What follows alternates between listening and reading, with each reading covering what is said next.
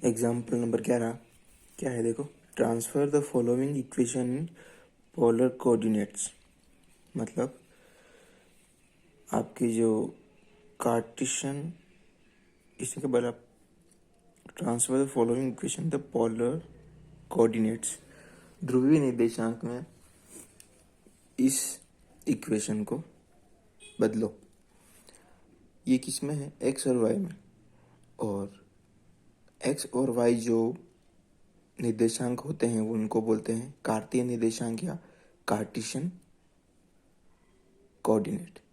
ठीक है, ये बोल रहा है कि कार्तीय और ध्रुवीय निर्देशांक के बीच की संबंध की बात हो गई है कि भाई इसको इसमें चेंज कैसे करते हैं। तो हम ये जानते हैं, ये पढ़ा हुआ है कि कार्तीय और ध्रुवीय निर्देशांक के बीच में जो संबंध होता है वो क्या होता है? एक्स बराबर तो आर कोस थीटा, वाई बराबर आर साइन थीटा। याद रखना है, कार्टेशियन और पोलर कोऑर्डिनेट या फिर कार्तीय तथा ध्रुवीय निर्देशांक में संबंध क्या होता है? एक्स बराबर आर कोस थीटा, वाई बराबर आर साइन थीटा।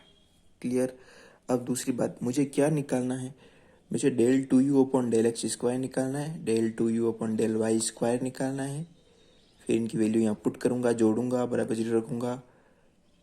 इनकी वैल्यू मुझे निकालनी है पर आर और थीटा की टर्म्स में, आर और थीटा की टर्म्स में। मेरे पास और कोई ऑप्शन भी नहीं है क्योंकि एक्स बराबर आर कोस थीटा है, वाई बराबर आर साइन थीटा है। अब मैं इसका अवकलन या तो मुझे जैसे चाहिए होगा उस हिसाब से उसके रिजल्ट में करता जाऊँगा। अब मुझे del two u upon del x square निकालना है, यानी कि ये तो सेकंड ऑर्डर है, तो मुझे पहले del u upon del x निकालना पड़ेगा, फिर उसका वापस अवकलन करूँगा तो ये चीज़ आ जाएगी। ठीक है, यानी कि del u upon del x का क्या मतलब? Chain rule.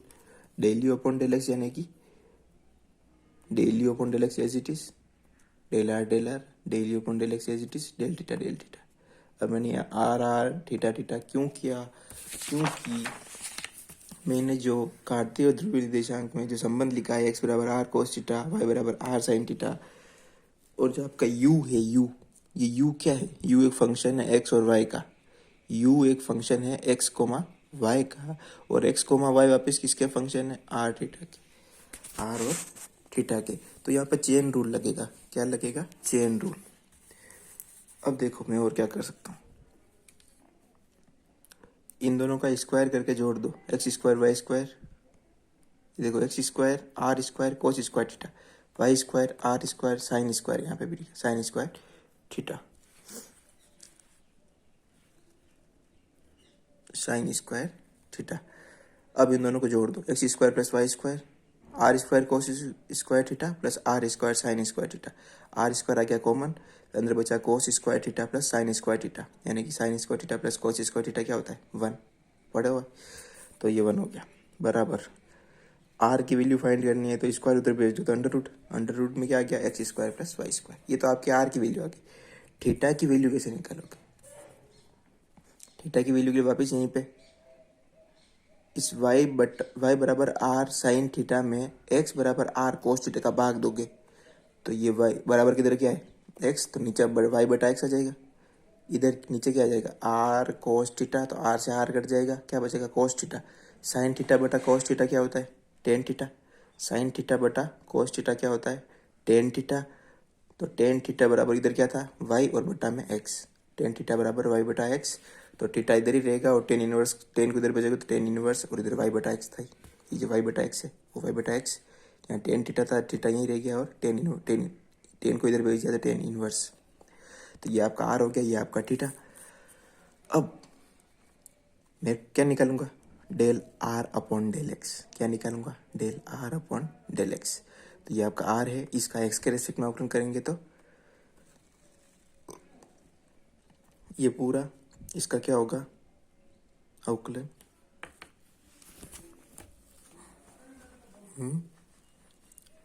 Under root x का अवकलन क्या होता है? 1 upon under root 1 upon 2 under root x. क्या होता है? 1 अपॉन 2 अंडर रूट एक्स। ये होता है।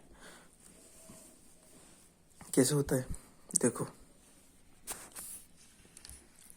जैसे मान लो कि ये अंदर सिर्फ एक्स है रूट, और ये इसकी जगह क्या है? एक्स। तो अंडर रूट का मतलब क्या होता है? पावर में 1/2, और एक्स की घात n का फॉर्मूला क्या होता है? n इंटू एक्स की पावर n-1। तो इसकी पावर 1/2 है, तो वो आगे आ जाएगी 1/2, और पावर में 1/2 -1। आधे में आधा गया, वो भी -1 में से। -1 में से आधा जाता है, कितना बचता है? माइनस का आधा। और पावर में माइनस आधा मतलब पावर में -1/2 मतलब पावर नेगेटिव है। तो पावर को उस टर्म को नीचे लाएंगे बटा में, तो क्या हो जाएगी? पॉजिटिव पावर हो जाएगी। तो 1/x की पावर 1/2 हो जाएगा। 1/x की पावर 1/2, या फिर 1/√x, एक ही बात है। और पहले से वो जो फॉर्मूले का n यानी कि हाफ आगे आया था वो भी है 1/2, और √x भी नीचे आ गया, तो 1/2 √x। किसका फॉर्मूला होता है? √x का अवकलन क्या होता है? 1/2 √x। अब √x, x की जगह x नहीं है, x की जगह क्या है? x² + y²। x तो अपने को फॉर्मूला जिस तरह से याद है हम तो उसी तरह से लिखेंगे, पर यहाँ पर x नहीं है, ये तो कुछ बड़ी राशि है। क्या है? x² + y² है। x² + y² है। तो जो चीज़ अपन होते हुए भी उसको कुछ और ही मान के चल रहे थे फॉर्मूला लगाने के हिसाब से, जब कुछ मानते हैं, जिसको कुछ मानते हैं उसका वापस क्या होता है? अवकलन। किसके रेस्पेक्ट में चल रहा है? x के रेस्पेक्ट में, वो भी आंशिक। तो y का तो 0 हो जाएगा क्योंकि ये अचर हो जाएगा। x² का क्या हो जाएगा? 2x। x² का क्या हो जाएगा? 2x। तो 2, ये 2 और यहाँ एक नीचे 2 था, जो ये अभी इसका अवकलन किया, जो 2 आया था, वो 2 से 2 कट गया, इसलिए यहाँ लिखा नहीं दोनों। अब x बराबर क्या दे रखा है? r cos theta. √x² + y² बराबर क्या होता है? r से r कट गया, क्या आंसर है? cos theta. cos theta. Clear हो गया? इसी मेथड से मैंने क्या निकाला? डेल r/डेल y। इसका y के रेस्पेक्ट में किया, देखो तो वही फॉर्मूला है वापिस, 1/2 √x आ गया। 2 √x, और x की जगह दी पूरी राशि है, y के रेस्पेक्ट में हो रहा था, x² का वापस 0 हो जाएगा, प्लस y² का 2y। 2 ये 2 फॉर्मूले से कट जाएगा, वापिस y बराबर r sin थीटा। इसकी वैल्यू क्या है? r से r कट गया, sin थीटा। ये तो अपन दो चीज निकाल दी। अब क्या निकालेंगे? Del theta upon del x. Del theta upon del x. तो tan इनवर्स थीटा का फॉर्मूला क्या होता है? अवकलन का tan इनवर्स थीटा का अवकलन क्या होता है? या फिर tan inverse x upon a। ठीक है, कुल मिला के ये देखो कि tan इनवर्स x का फॉर्मूला होता है 1/1 + x²। 1/1 + x²। तो 1/1 + x²। x की जगह क्या है भाई? y/x का स्क्वायर। तो ये x फॉर्मूले में तो अपन मान के चल रहे थे, पर ये तो कुछ और ही है। इसका वापस अवकलन होगा किसके रेस्पेक्ट में? x के रेस्पेक्ट में, यानी कि y तो एज इट इज। 1/x का अवकलन क्या होता है? -1/x²। उसी फॉर्मूले से, x की घात की n की फॉर्मूले से। ठीक है, ये पावर प्लस में 1 है, नीचे ऊपर जाएगा तो -1 हो जाएगा। फिर n इंटू x की घात n-1, तो -1 आगे आ जाएगा, और -1 एक पावर और -1 -2 हो जाएगा। वापस नीचे लेंगे तो पावर में 2 हो जाएगा। इसको तो सिंप्लीफाई किया, सोल्व किया तो ये आया। फिर x² + y² तो क्या होता है? r²। y बराबर r sin थीटा, जो कट गया बच गया ये। Similarly del theta upon del y निकाला, तो cos थीटा अपॉन r आ गया। फिर जो चेन रूल में आपको पहले बता रहा था, चेन रूल में अब del r upon del x की वैल्यू रख दी, del theta upon del x की वैल्यू भी रख दी। क्लियर? cos थीटा आगे ले आया, sin थीटा बाई r भी आगे ले आया। ठीक है, del u upon del r, del u upon del theta. तो डेल u और ये इसको बाहर निकाल दिया, एक ही बात है। ये इसके ऊपर वापिस ऑपरेट होगा, यहाँ पे भी आ जाएगा, यहाँ पे भी आ जाएगा। ठीक है, ऐसा क्यों किया? देखो इसलिए del 2u upon del x²। इसका मतलब del u upon del x का एक बार और अवकलन। Del u upon del x क्या है भाई? ये चीज़। तो ये आपका del u upon del x। Del upon del x क्या है? डेल अपॉन डेल x क्या है? कंपेयर करो। Del u upon del x तो क्या है? ये पूरा, तो ये लिख दिया। ठीक है, इस चीज़ को मैं यहाँ लिखो, डेल u अपॉन क्या लिखेंगे अपन? देखो, del upon del x u. ठीक है, ये जो डेल अपॉन डेल एक्स होता है, मैंने आपको स्टार्टिंग में बोला था, ये क्या होता है? अवकलन का ऑपरेटर। ये ऑपरेट होता है इसके ऊपर, मतलब अवकलन होगा। ठीक है, ये जो है ये प्रतीक चिन्ह है अवकलन का, ये जब किसी फंक्शन के पास आता है तो मतलब उस फंक्शन का इसके सापेक्ष अवकलन करना है, ये हमको समझ में आ जाता है। ये ऑपरेटर है दिखने में, ठीक है। तो अब इन दोनों को कंपेयर करो, इधर यू है, ये यू है, कंपेयर किया तो यू की जगह यू तो मिल गया, पर डेल अपॉन डेल एक्स की जगह क्या मिल रहा है आपको, ये पूरा। डेल अपॉन डेल एक्स की जगह क्या मिल रहा है अपन को, ये पूरा। कंपेयर करो तो यानी कि डेल अपॉन डेल एक्स जो मैं यहाँ लिख रहा हूँ, इसका मतलब क्या लिखना है मुझे इसकी जगह, ये cos theta del upon del r minus sine theta upon r del upon del theta. Clear हो गया। Del u upon del x की वैल्यू क्या है, ये जो है ये del u upon del x की वैल्यू है, ये अपन ने लिख दी, ये रही। पर कंपेयर करके डेल अपॉन डेल एक्स की वैल्यू भी निकल रही है, क्योंकि यू तो सेपरेट हो गया। डेल अपॉन डेल एक्स की वैल्यू क्या है, ये भी लिख दिया। तो अब क्या करेंगे, वही मल्टीप्लाई, इसका गुणा इस पूरे से, ये लिख दिया, माइनस इसका गुणा इस पूरे से, हो गया। अब cos theta cos square theta, first into second की प्रॉपर्टी लग रही, ठीक है ना, फर्स्ट इंटू सेकंड की प्रॉपर्टी ही लग रही। फर्स्ट एज इट इज तो ये बार आएगा और इसका अवकलन होगा, तो फर्स्ट एज इट इज यानी कि ये बार आएगा तो कोस थीटा एक और है तो 2 हो जाएंगे, cos square theta del 2 u upon del r square, फिर minus sine theta cos theta upon r del 2 u upon del r del theta.